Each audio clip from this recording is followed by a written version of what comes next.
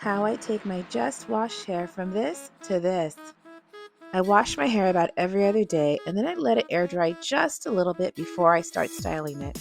I'm using the gel from Pattern, which is from Tracy Ellis Ross, and then I re-wet it a little bit. I'm separating my hair into smaller sections.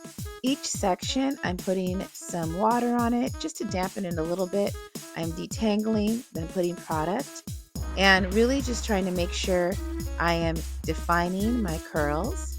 The shrinkage is real, so I'm going to go ahead and dry it just a bit to get some length in it, and then I'm going to also want to make sure I separate the curls even a little bit more. I don't need my hair to be completely dry, but I still want to define my curls, so I'm going to use some defining Butta from Bounce Curl.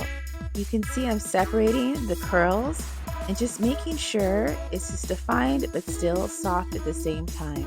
After that, I am done, and this is what we got.